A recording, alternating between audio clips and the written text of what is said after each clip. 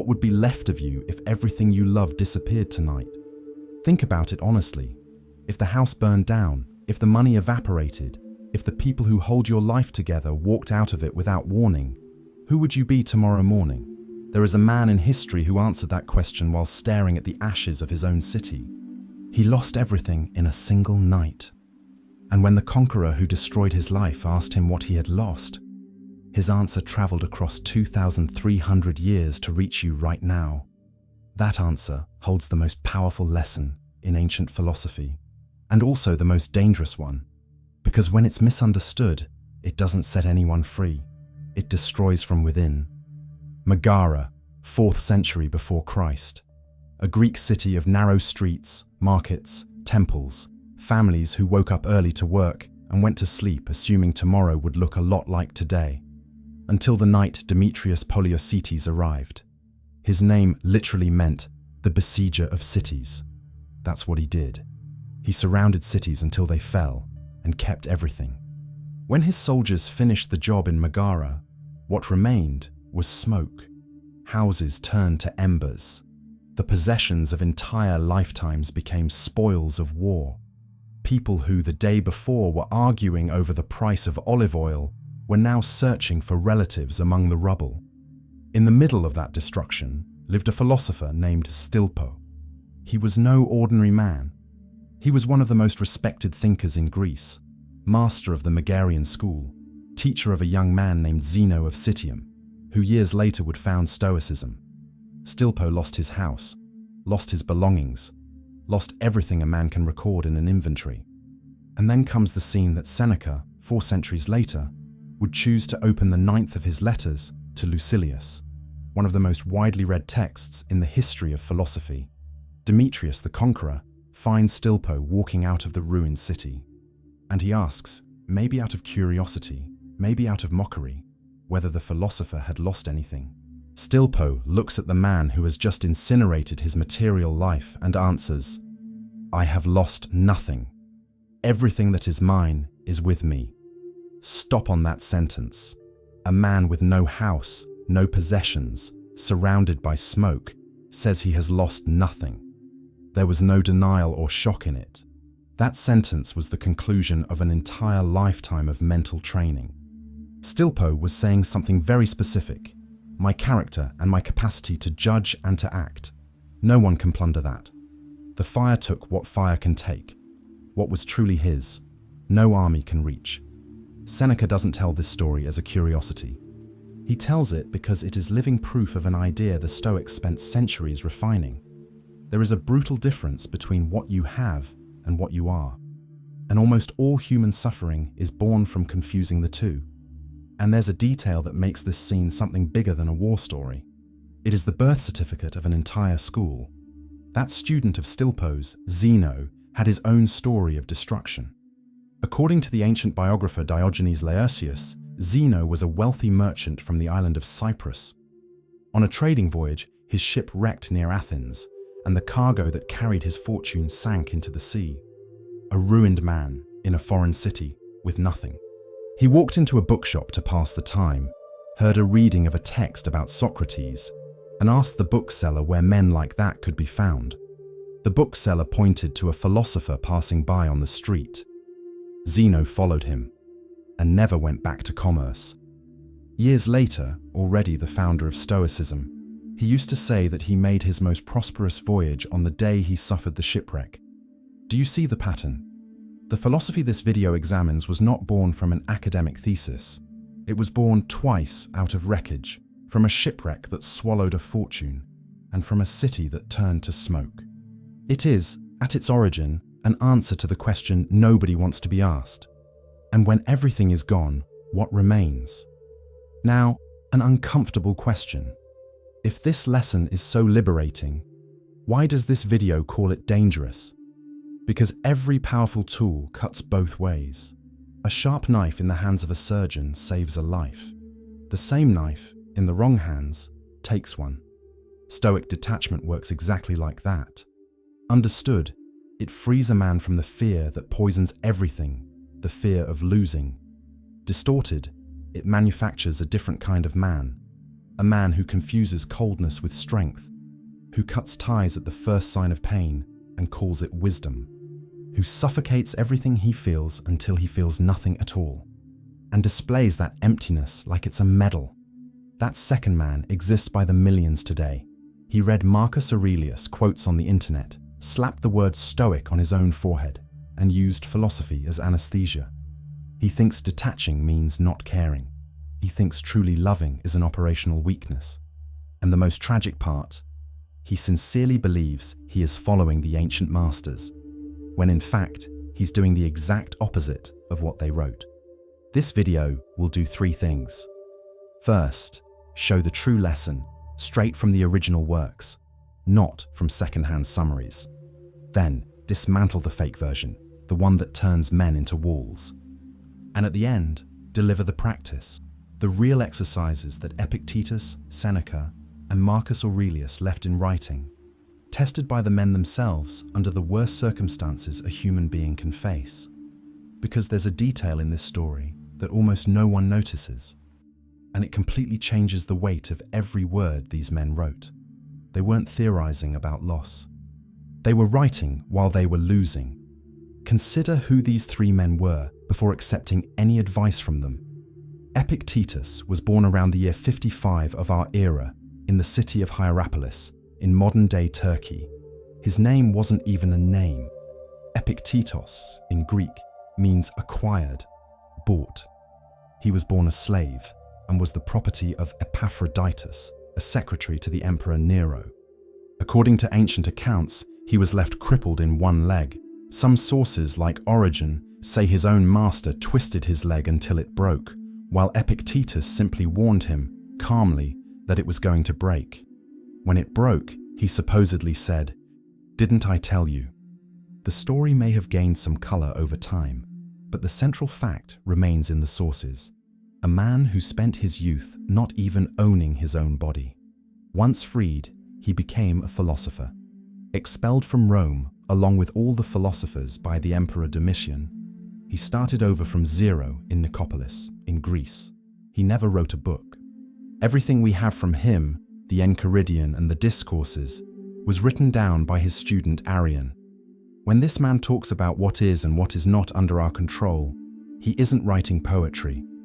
He's describing the mental map that kept him whole while he was legally an object. Seneca lived at the opposite extreme of the social pyramid and discovered that the top bleeds too.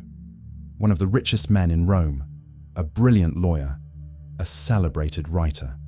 In the year 41, the Emperor Claudius exiled him to the island of Corsica, where he spent 8 years cut off from everything.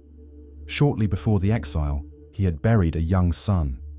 He returned to Rome to become the tutor of a teenager named Nero. Years later, that same Nero, now emperor and drowning in paranoia, ordered his old teacher to kill himself. Seneca obeyed the order and ended his own life surrounded by friends, discussing philosophy until the very end, according to the account of the historian Tacitus in the Annals. The letters to Lucilius, his greatest work, were written in the final years of his life, when he could already feel the noose tightening. Every line about accepting loss was written by a man who knew the next knock on the door could be the death sentence. And Marcus Aurelius, the only case in history where Plato's dream, a philosopher on the throne, actually came true. Emperor of Rome between the years 161 and 180. On paper, the most powerful man in the world. In practice, a man crushed by everything power doesn't control. His reign coincided with the Antonine Plague, an epidemic that killed millions across the empire, possibly smallpox brought back by soldiers returning from the east. Constant wars on the northern borders forced him to spend years in military camps, far from home. And the most intimate loss. Of the 13 children he had with Faustina, most of them died before he did. This man buried child after child while governing an empire in crisis. At night, in his tent, he wrote a journal in Greek that he never intended to publish, notes to himself, reminders to keep from falling apart. That journal survived by accident, and today it's called Meditations, a crippled slave, an exile condemned to death. an emperor burying his own children.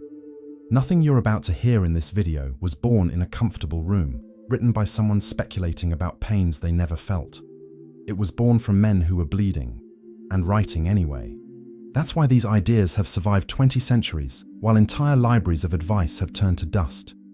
They were tested in the worst laboratory possible, real life, at the breaking point. And all of them start at the same point. A single distinction, so simple it fits in one sentence, so profound that most people go through their entire existence without ever making it. The first line of Epictetus's Enchiridion says, "Of the things that exist, some are up to us, others are not up to us. Up to us are judgment, impulse, desire, aversion. In short, everything that is our own action. Not up to us are the body, property, reputation, positions of office. In short, everything that is not our own action." Read it again, slowly, because the list is more radical than it seems. Your body is not up to you. You can feed it well and train it for decades. And one cell decides to multiply wrong, and that's it. Your reputation is not up to you. You can act with honesty your entire life.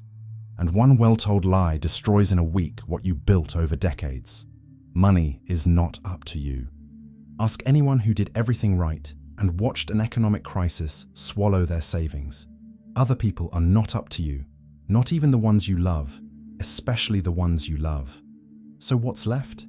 What's left is what happens inside, the judgment you make about each event, the decision you make in the face of it, the desire you feed or cut off, the response you give. That territory is small compared to the universe, but it has a unique property. It is inviolable.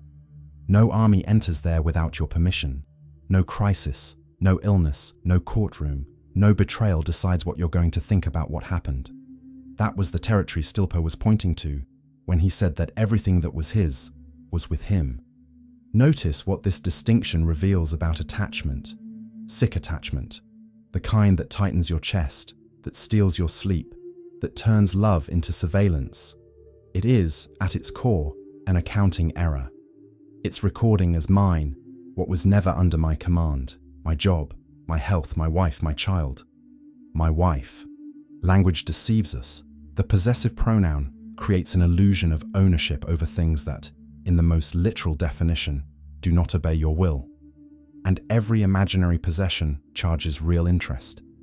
You start living to defend an estate that doesn't exist, with a permanent background fear, that low hum of anxiety that follows the modern man from the first phone alarm of the morning to the last email of the night. Epictetus goes straight to the mechanism in his discourses. It is not things that disturb men, but the opinions they hold about things. The event is neutral. The storm doesn't hate you. The layoff is not a cosmic verdict on your worth. What hurts is the layer of judgment you glue onto the event. This couldn't happen to me. This was mine. This was stolen from me. The suffering lives in that layer. And that layer alone, is entirely up to you. This changes the central question of life. The question stops being, how do I make sure I never lose anything? That war is lost before it begins. The question becomes, how do I relate to what, by its very nature, can leave at any moment? And Epictetus's answer to that question is perhaps the most profound emotional re-education ever proposed by a human being. It's in chapter 11 of the Enchiridion, and it begins with a strange prohibition. Never say about anything, "I lost it." Say, "I gave it back." Your child died. He was given back. Your wife died. She was given back. Your property was taken. It was given back too. And when someone objects, but the one who took it was an evil man, a thief, a scoundrel, Epictetus responds with a coldness that hides an ocean. What does it matter to you, through whom the giver asked for it back? On first reading, this sounds inhuman. Give back a child? What kind of consolation is that? But sit with the sentence a little longer, because it is performing surgery on the root of your suffering. The word lose presupposes ownership. You can only lose what was yours. And Epictetus is attacking exactly that premise. None of it was yours. The child, the spouse, the house, your own body. All of it came to you without you having done anything to deserve existing in a universe where these things exist. Everything was handed over on loan. No contract, no fixed term. And the lender is the one who decides the return date, never you. Stay on this detail of language because swapping one word reorganizes the entire emotion.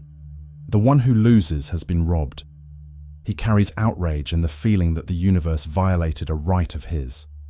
The one who gives back has closed out a loan. He carries longing, maybe immense pain, but without the poisonous layer of injustice. The pain of returning is clean.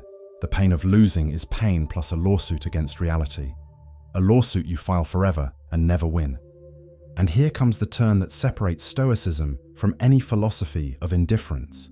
You could conclude, if nothing is mine, why take care of anything? If everything leaves, why invest? Epictetus concludes the opposite. At the end of that same chapter, he says, take care of things the way one takes care of what belongs to another, as travelers do at an inn. Think about what that means in practice. The desperate owner, the one who believes he possesses, treats what he has poorly. He postpones. He fights over nonsense because deep down, he assumes the other person will be there forever, available for future reconciliations that he never schedules. Imaginary possession breeds real neglect. The grateful guest, on the other hand, knows he's just passing through. He knows the inn isn't his. And precisely because of that, he notices the details and honors the time he has. The one who understands that everything is borrowed doesn't become careless. He becomes attentive.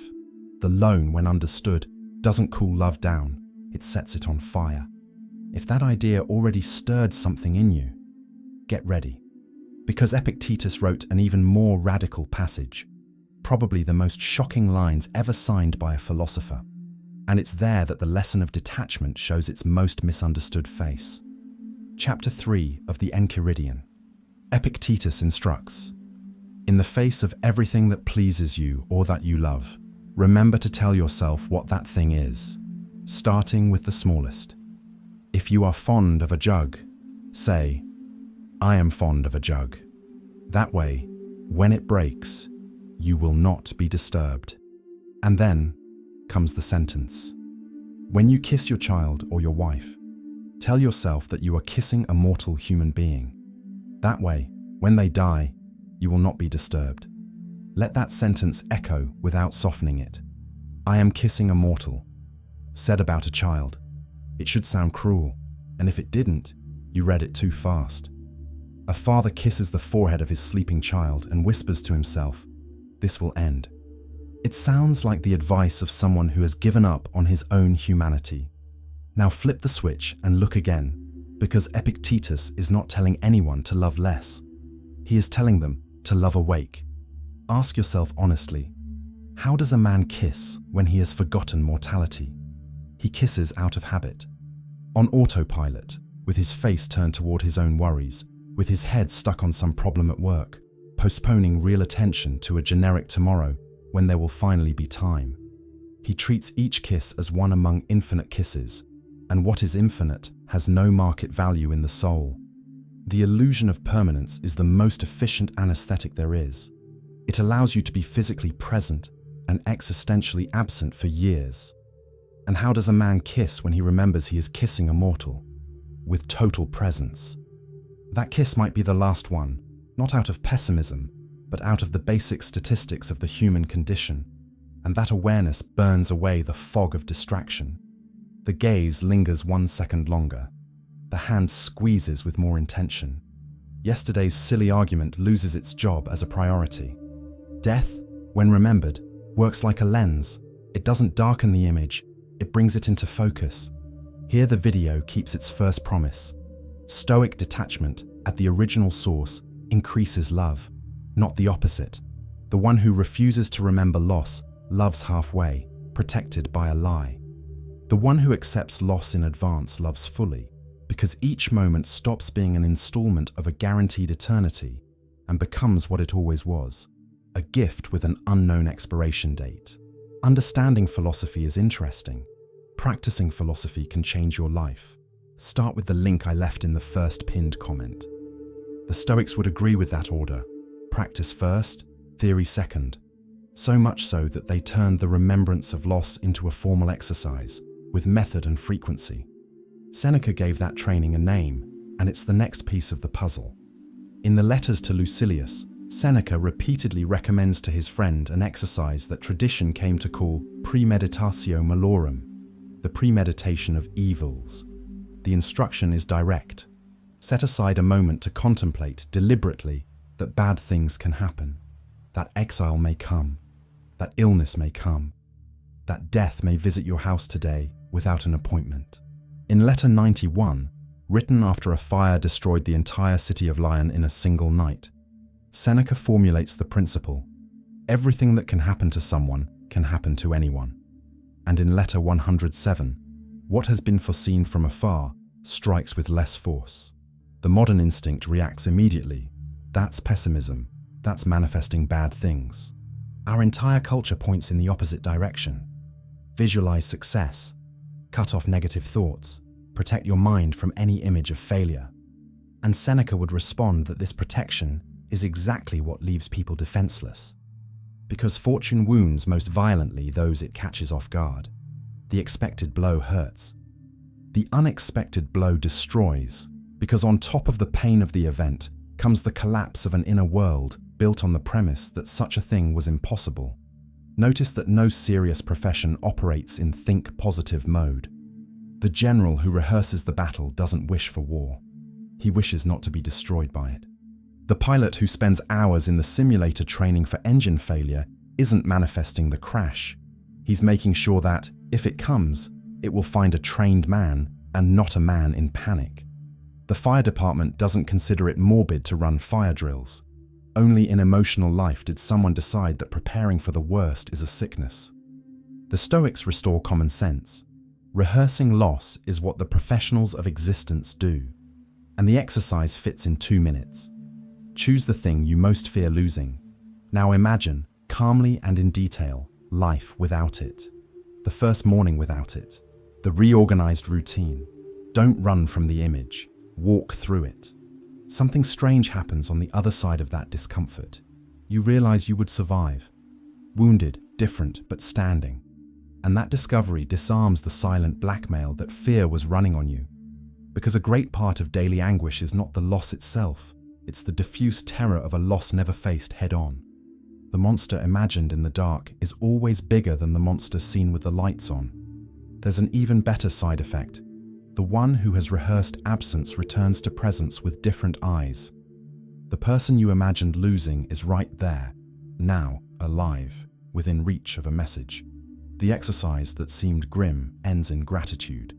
Marcus Aurelius practiced a variation of this every night, but with a different image, and perhaps the most beautiful one in all of Stoic literature. In the Meditations, he writes to himself, "Time is a river of events, a violent current. As soon as a thing appears, it has already been swept away, and another is being carried in, and it too will be swept away."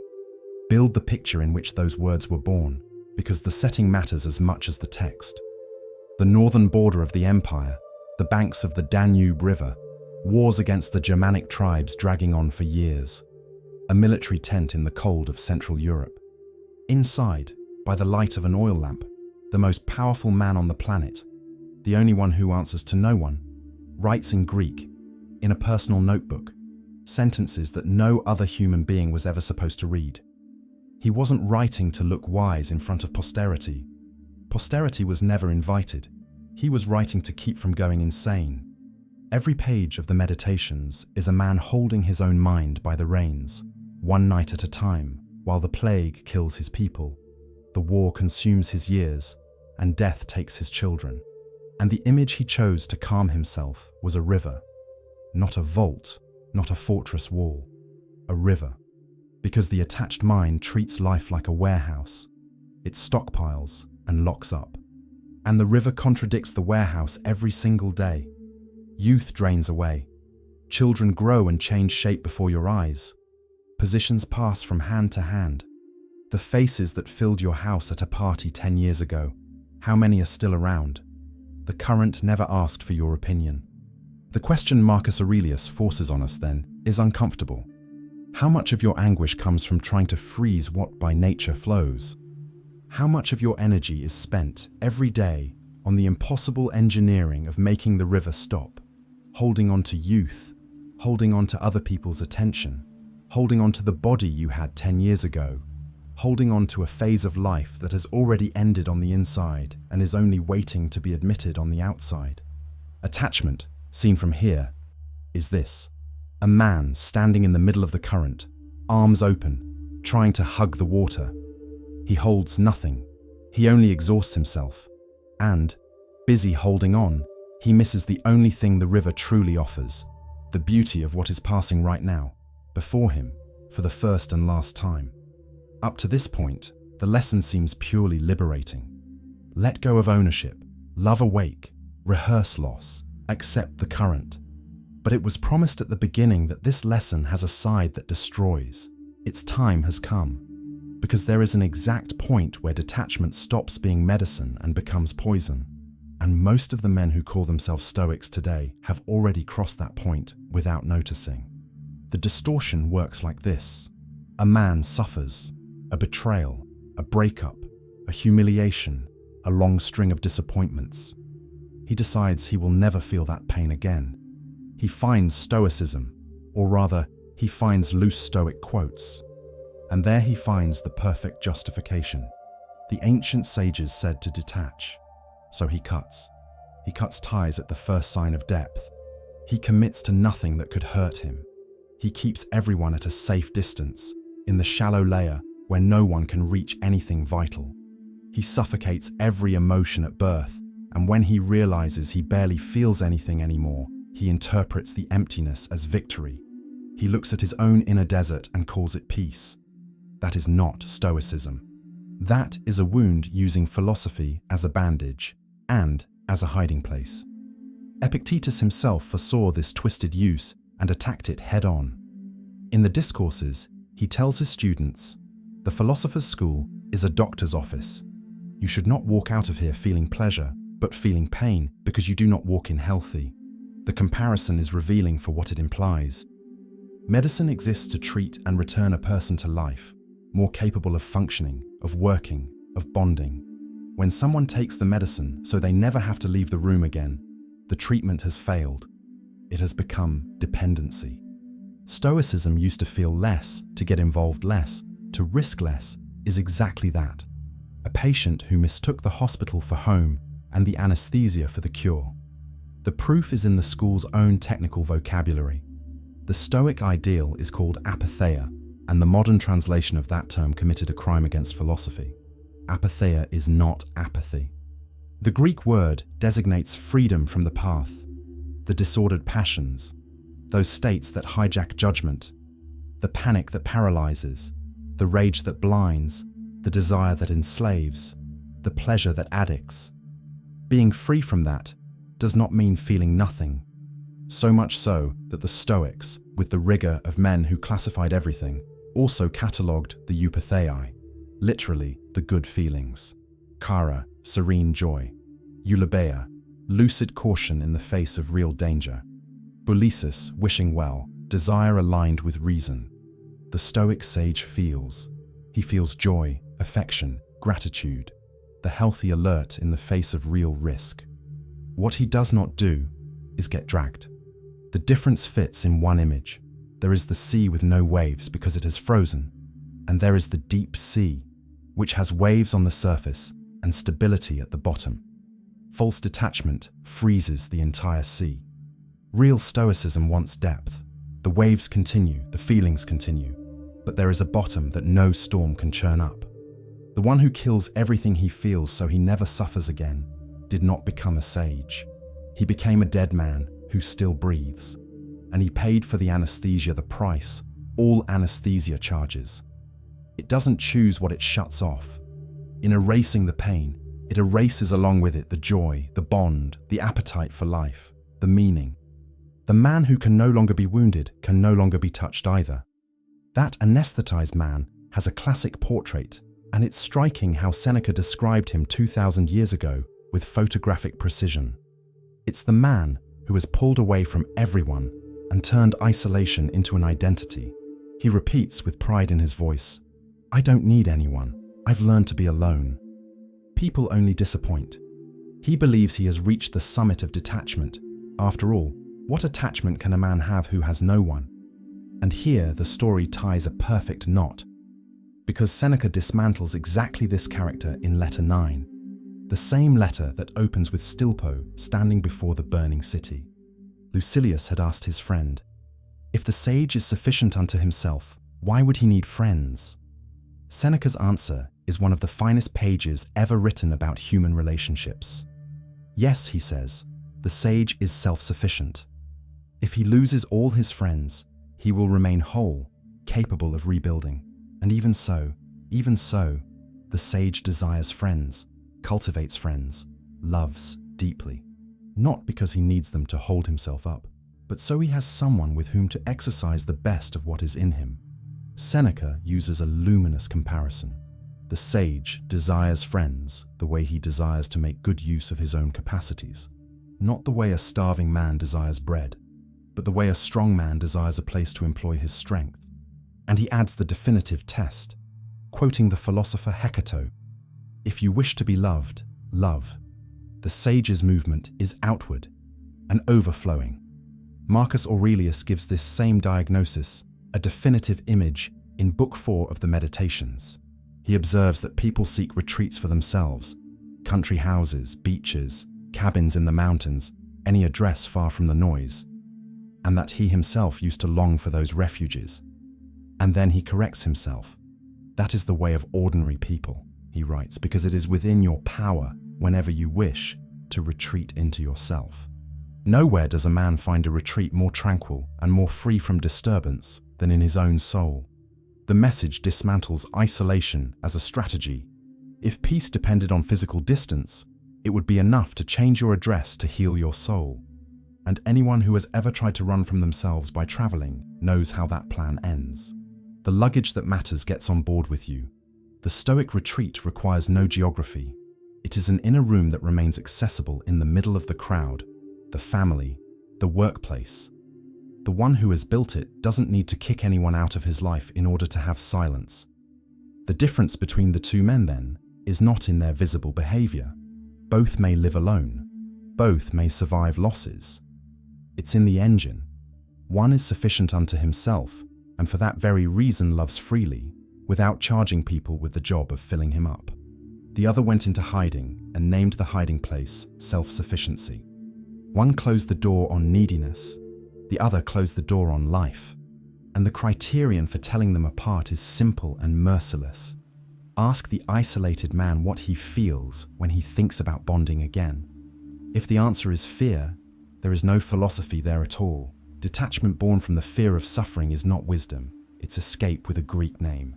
If there's still any doubt about which side the masters were on, there is documentary proof, and it sits in the most visible place possible, the first page of the Meditations. Before any reflection on death, on time, on the universe, Book 1 of the work is a list of thank yous. Marcus Aurelius, the supposed emperor of detachment, opens his most intimate journal by naming, one by one, the people who built him, and detailing what he received from each. From his grandfather Verus, good character and mastery over anger. From his mother, piety, generosity, distance even from malicious thoughts, simplicity in her way of living. From Rusticus, the discovery that his character needed correction, and the loan of Epictetus's writings, which changed his life. From Apollonius, the example of a man who was firm and at the same time affectionate. From Antoninus, his adoptive father, entire pages, the gentleness, the constancy, the love of work, the absence of vanity. And he closes by thanking the gods that each of these people crossed his path. Think about what that means. A private notebook, written during a war, with no audience. If there was ever a space for a man to be cold without witnesses, it was there. And what the most famous Stoic in history chose to record first was detailed tenderness. Name by name, debt by debt. No wall writes like that.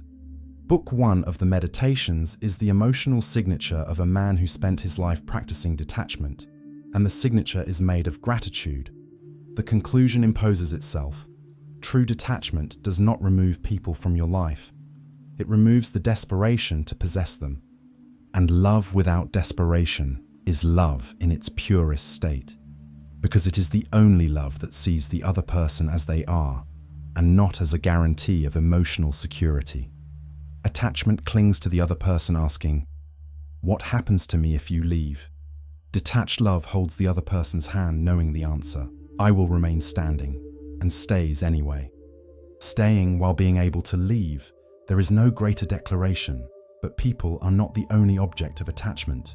There is a more subtle one, which follows a man even into complete solitude: the image, the name, the need to be seen, approved of, remembered. Marcus Aurelius returns to this theme in the Meditations with an almost obsessive insistence, a sign that the temptation was real for him, the man whose face was stamped on every coin in the empire. He reminds himself, posthumous fame is oblivion. Those who applaud you today will die soon, and those who come after them as well, until the memory itself fades, passed from hand to hand like a flame growing weaker. He lists celebrated emperors and generals from earlier generations and observes, how many names that were once gigantic now sound like old words, and how many not even that. Glory, he writes, is a parade of people applauding and disappearing. In one of the driest notes in the Meditations, he reduces the whole question to a single image. Alexander of Macedonia and his mule driver were brought by death to the same condition. The greatest conqueror in history and the anonymous man who tended the caravan's animals, time treated them both with the same indifference. If not even Alexander's name buys special treatment before the current, what kind of deal do the rest of us think we're making by sacrificing the present life in exchange for future remembrance? Epictetus attacks the same attachment from another angle, a sharper one. In the Discourses and the Enchiridion, he repeats, "If you depend on another person's praise, you have handed the keys to your mind over to strangers. Your peace comes to be managed by third parties, people you barely know, who have their own moods, their envies, their bad days, their own distraction. The man who needs approval has turned every acquaintance into a judge and his own life into a permanent courtroom." Epictetus asks, in essence, would you hand your body over to any random passerby on the street? No? Then why do you hand over your mind, leaving it disturbed and wounded whenever someone decides to insult you? And there's no need to point to any specific technology to apply this, because the mechanism is timeless. In any era, the man who lives for the audience doesn't live. He performs. He edits every gesture with the reception in mind. He chooses the career that impresses instead of the one that makes sense. He measures his own worth on a scoreboard that others control. And he carries a cruel irony without knowing it. Nobody is watching with the attention he imagines. People are too busy starring in their own movie to dedicate more than seconds to his. The audience for which he sacrifices his real life is, for the most part, an empty room that he decorated himself. Detaching from the image has nothing to do with contempt for people. It means firing the judges you yourself hired, and discovering that the courtroom only functioned because you kept showing up. There is still a pair of attachments more slippery than the image, because no one perceives them as attachment. No one looks at a man imprisoned by them and says, he's attached, and yet they steal more life than any material possession ever stole. They are the past and the future. Seneca dedicated an entire essay to that theft, on the shortness of life, written for his friend Paulinus. The opening thesis contradicts 3,000 years of human complaint. Life is not short. We are the ones who make it short. We receive enough time to accomplish great things. The problem is that we waste most of it, and Seneca takes inventory of the waste. The time handed over to ambitions that were never ours, to commitments accepted out of fear of displeasing, to long waits at the doors of powerful men, to busyness that fills the calendar and empties the existence. The sentence that sums up the essay still cuts today. The part of life we truly live is small. All the rest is not life, it is merely time. Within that inventory, Seneca identifies the greatest of the thieves and its name is surprising: expectation, the waiting for tomorrow. He writes that the greatest obstacle to living is postponed hope, which depends on tomorrow and wastes today. You organize what lies in the hands of fate and let go of what lies in your own hands. The mechanism is familiar to any modern person. Real life starts later, after the promotion, after buying the house, after things calm down, as if things had that habit. A man spends decades in the waiting room of his own existence, with the present seeping out under the door, and calls it planning. Seneca illustrates the result of that waste with an image that stings. He speaks of the white-haired man whom everyone presumes to have lived long, and corrects them. There is no reason to believe that. He hasn't lived long. He has existed long. It's like considering someone a great navigator when a storm seized him while still in the harbor and dragged him in circles over the same stretch of sea for years. That man didn't sail far. He was tossed around a lot. The distinction applies at any age. It's possible to be tossed around for decades, from commitment to commitment, from waiting to waiting, without having sailed a single day by your own choice. Notice what this is, structurally: attachment. Attachment to a time that doesn't yet exist. Anxiety about the future is the same clenched hand as always, except it's clutching at air. And the past collects from the other side with the same currency. Rumination, that habit of revisiting yesterday's conversation, the decision from 10 years ago, the version of yourself that never came back, is attachment to a time that no longer exists. The ruminator lives in a demolished house, the anxious man in a house never built. And while the two of them cling to yesterday and tomorrow, the only real territory, the present, this exact instant in which you are hearing these words, sits deserted. Nobody lives in it. Seneca sums up the whole picture in one line from the Letters: the one who is everywhere is nowhere. The Stoics are not asking you to erase your memory or stop planning. Marcus Aurelius planned military campaigns spanning years. Seneca managed a fortune. The difference lies once again in Epictetus's dichotomy. Planning is present action. It's up to you now. The outcome of the plan lives in the future, and it is not up to you.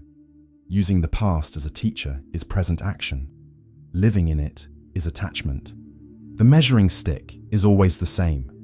Where are your feet and where is your mind? When the two answers coincide, you are alive.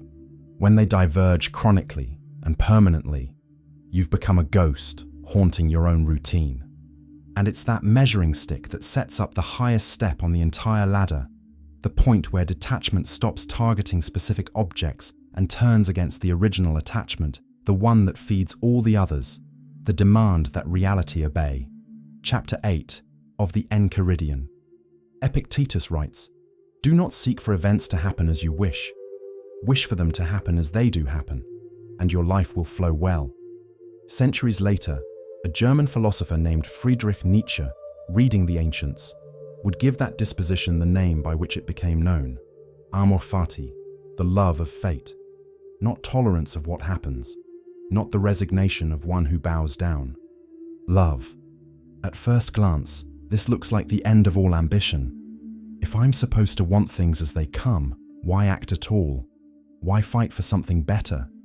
The objection is a good one, and the Stoics answered it with one of the most precise images in ancient philosophy, recorded by Cicero in On Ens, while describing Stoic doctrine: the image of the archer. The archer does absolutely everything within his reach. He chooses the bow, checks the string, corrects his posture, breathes, aims, adjusts for the wind he's able to read, and releases with all the technique that years of training have deposited in his body. Until the instant the arrow leaves the string, he is pure responsibility, total effort, maximum attention. And in the very next millimeter, everything changes jurisdiction. The arrow in the air is no longer his, a gust no eye could foresee, a movement of the target, some random accident, that belongs to the world, not to the archer. The Stoics said, his goal is to shoot well. Hitting the mark is preferable, but it is not in his hands. The wise archer wants to hit the mark, does everything to hit the mark, and doesn't break when he misses. Act with everything you have. Release the outcome. Those 7 words dismantle the false dilemma between ambition and peace. You can dedicate yourself entirely to your work, to a person, to a body of work, and at the same time, not make the world's response the judge of your serenity. The effort is yours. The outcome belongs to the river. And amor fati goes one step beyond acceptance. When the outcome comes out different from what was desired, it asks what can be built with exactly this material that has arrived.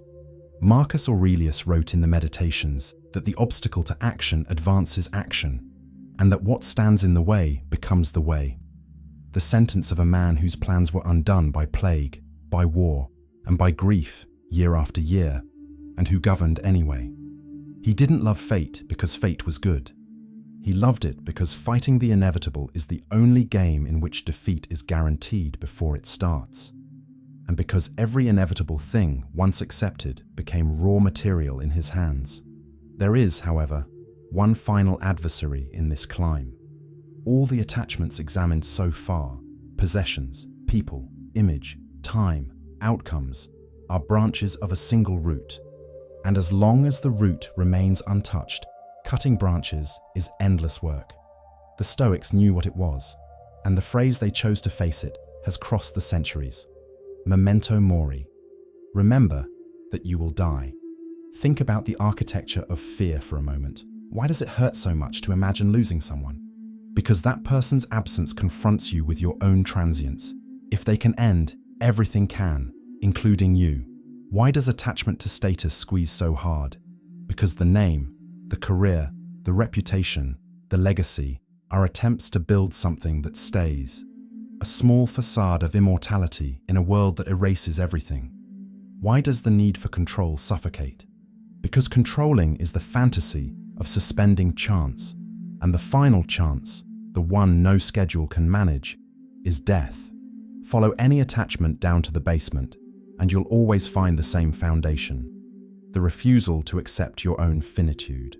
All the smaller fears are shadows cast by that greater fear. The man who clings to things is, deep down, clinging to himself, trying not to be swept away by the river that sweeps away everything. The Stoics decided to go down into that basement with a lantern.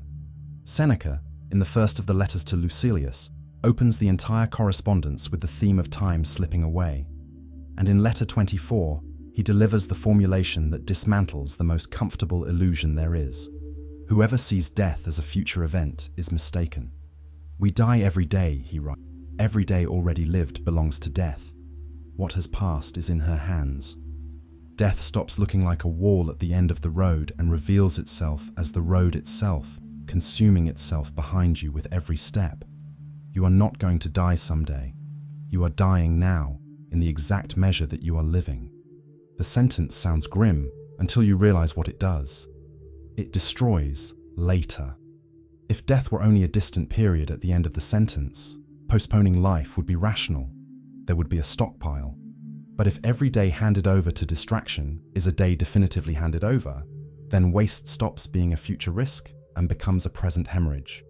Marcus Aurelius translated this into an instruction for conduct, written for himself in the Meditations. Perform every action of your life as if it were the last. And on another page, the reminder he repeated like someone taking medicine: do not live as if you had 10,000 years ahead of you. The inevitable hangs over you. While you live, while it is possible, become good. Notice there is nothing morbid in the use he makes of death. It functions as a sorting criterion. In the face of anything, an argument, a grudge held onto, a postponed invitation, a free afternoon, the question, is this how you spend a day that will not come back? Separates the essential from the noise on the spot. Vanity does not survive that question. Resentment does not survive. The procrastination of affection that postponed "I love you," that visit pushed to next month, does not survive. Memento mori is an acid that corrodes everything false and cannot touch what is true. And then comes the paradox that closes the entire climb. The one who makes peace with death is the only one who becomes truly free to live.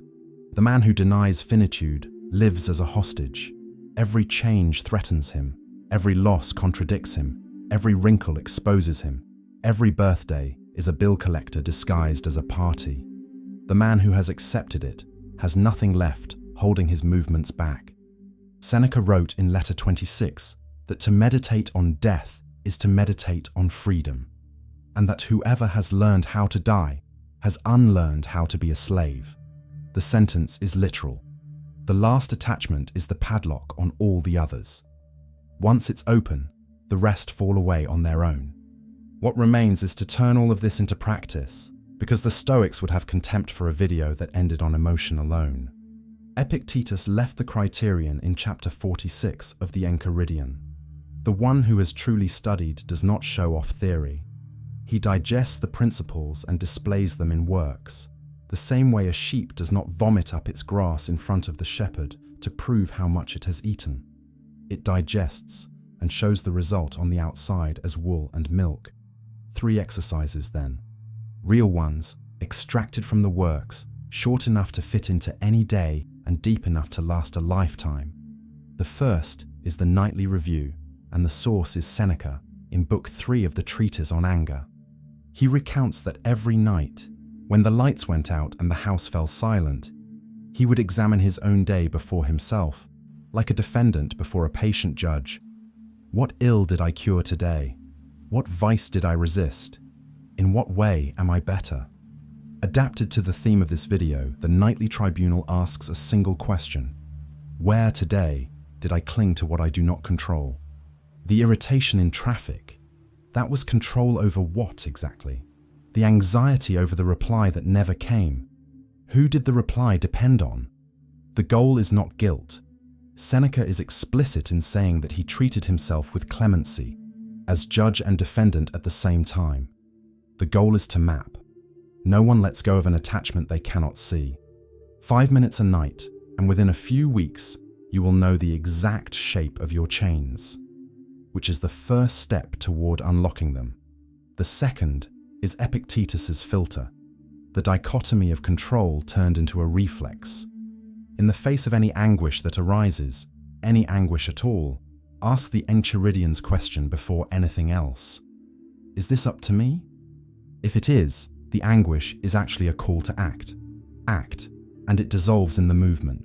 If it isn't, the matter is closed, not because you don't care, but because caring doesn't change a single comma of the outcome, and the energy spent there is stolen from the territory where you actually govern. Epictetus promised that this filter, practiced until it became instinct, was the entire path. No disturbance survives the question answered honestly.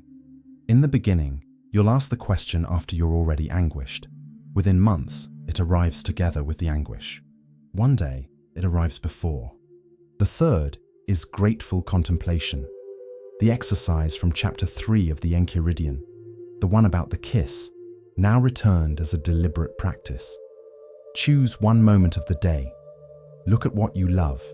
The person sleeping on the other side of the bed, your child absorbed in a toy, your friend laughing across the table, your own health that still responds when you get out of bed. And say silently, without drama, the 2 sentences, "This is borrowed, and I am grateful while it lasts."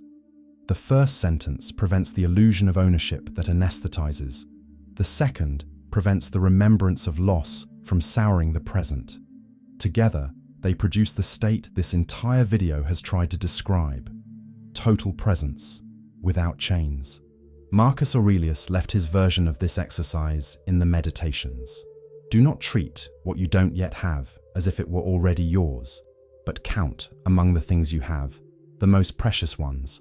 And remember, as you look at them, how much you would seek them if you did not have them. It's gratitude used as a corrective lens. It gives back to the ordinary the shine that routine stole. And now the tension in the title can be fully resolved. The lesson of detachment is called dangerous because it is a door and a wall made of the same material. And the difference between the two is the hand of the builder. In the hands of fear, each teaching becomes a brick. The dichotomy of control becomes an excuse not to try. The mortal kiss becomes a pretext not to kiss. self-sufficiency becomes maximum security solitary confinement, and the man walls himself in believing he has protected himself. In the hands of courage, the same teachings become an opening. The dichotomy returns energy to where it actually works. The remembrance of death switches on attention. Self-sufficiency frees love from neediness, and the man walks through. Stilpo, in the middle of the ashes of Megara, was not a wall. A wall does not walk out of a destroyed city with the serenity of someone carrying everything. He was the door in person, proof that there is a way of being in the world in which fortune can take every object around you and still fail to touch the center. Detaching, in the end, was never about ceasing to feel. Detaching means ceasing to be a slave to the fear of losing. It is not loving less. It is loving without chains, with open hands, with full attention, knowing the price, paying it with gratitude. The question that remains, and that perhaps deserves to accompany you over the next few days, is the same one these three men asked themselves until their very last day. What are you holding onto so tightly that you've forgotten to enjoy it? If this video stirred something in you, subscribe to the channel and leave a like. That's what allows these ideas to keep reaching the people who need them. And if you want to go deeper, check out our members club, where the philosophical journey continues. See you next time.